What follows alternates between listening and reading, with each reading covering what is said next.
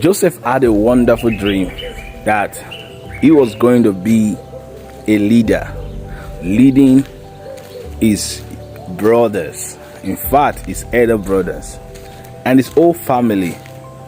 And that dream landed him in prison because he found himself in Potiphar's house as a slave, and from there he found himself in the prison. If it was some of us, we would have complained and said that our life is over.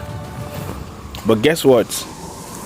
In that prison, God had orchestrated his favor so that even though he was locked up in the prison, that was his place, that was his throne, that was where God had appointed him to be known, to be seen and elevated. Inside the prison, his point of miracle were there, the baker and the butler.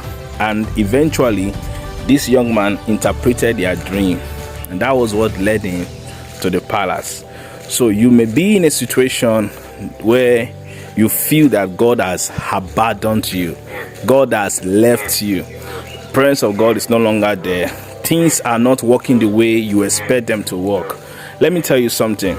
Things may not work the way you expect them to work, but it may still be God's way, because the way of God is marvelous, it's wonderful, it's mysterious. So the fact that it's not working according to your plan does not mean that God is not with you, does not mean that God is no longer there with you. I want to let you know that even when you go through the waters, God is with you.